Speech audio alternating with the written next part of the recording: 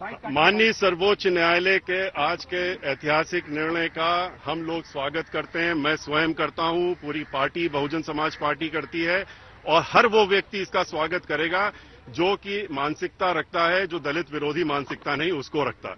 और आज न्याय मिला है। पिछले 9 वर्षों से 10 वर्षों से एक गलत एफआईआर सीबीआई ने दर्ज किया था और दर्ज करके उसकी बेसिस में उन्होंने सारे 10 साल के इनकम टैक्स के केसेस रीओपन किए, सुश्री मायावती जी के और उनके रिश्तेदारों के, घर वालों के। उसके बाद एक एक केस में हाई कोर्ट लेवल तक, फाइनल अथॉरिटी तक उसमें रिलीफ मिली।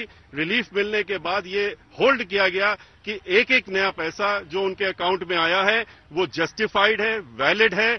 इसको हाई कोर्ट ने भी अपहोल्ड किया। उसके बाद हम लोगों ने प्रेयर की सीबीआई से कि आप अपनी अब डीए केस जब नहीं बनता है तो उसको विड्रॉ कर लीजिए, लेकिन उसको सीबीआई ने नहीं विड्रॉ किया क्योंकि सीबीआई ने सारी प्रोसीडिंग स्टार्ट की थी मैलाफाइडी तरीके से, गवर्नमेंट के प्रेशर में। तब तत्कालीन बीजेपी सरकार थी 2003 में, उसके प्रेशर में उन्होंने ये एफआईआर दर्ज की थी, जबकि माननीय सर्वोच्च न्यायालय ने कोई इस तरह का डायरेक्शन अपने ऑर्डर में नहीं दिया था। लेकिन उन्होंने उस 18/9/2003 के ऑर्डर का लेकर के और उसकी आड़ में उन्होंने एफआईआर दर्ज की थी।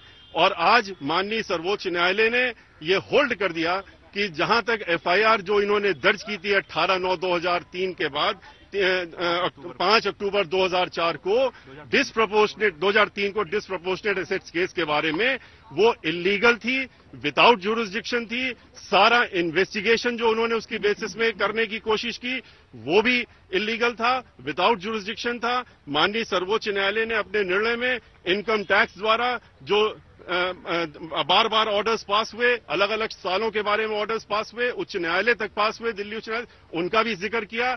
और उन्होंने इन सारी प्रोसीडिंग्स को गैर कानूनी, विदाउट जुरिसडिक्शन उन्होंने होल्ड किया कि सीबीआई ने एक्सीड किया जुरिसडिक्शन को और उसको क्वैश कर दिया है। और आज 9 वर्षों बाद न्याय मिला है। मीडिया हो, चाहे पॉलिटिकल पार्टीज हो, अपोजिट पार्टीज हो, पिछले 9 वर्षों से 10 वर्षों से एक ही चीज कहते रहे हैं कि भ्रष्टाचार, भ्रष्टाचार। डीए केस और सुश्री मायावती जी ने भ्रष्टाचार किया, ताज कॉरिडोर में भ्रष्टाचार हुआ और उनका डीए केस के बारे में बैठ करके इस तरह की वार्ता करते रहते थे। आज ऐसे सभी लोगों को जो इस तरह की बात पिछले 10 वर्षों से मानहानि करते हुए चले आ रहे हैं, आज इसका जवाब उनको मिला है। और जो मानहानि हुई है इन 9 वर्षों में इस तरीके से पब्लिक मीटिंग्स में, मीडिया के थ्रू और पॉलिटिकल पार्टीज के द्वारा, उसका कोई भरपाई नहीं हो सकती, उसका कोई कॉम्पनसेशन नहीं हो सकता। लेकिन आज कम से कम इस बात की राहत है कि आज इस बात का है कि माननीय सर्वोच्च न्यायालय ने अंततः जो इस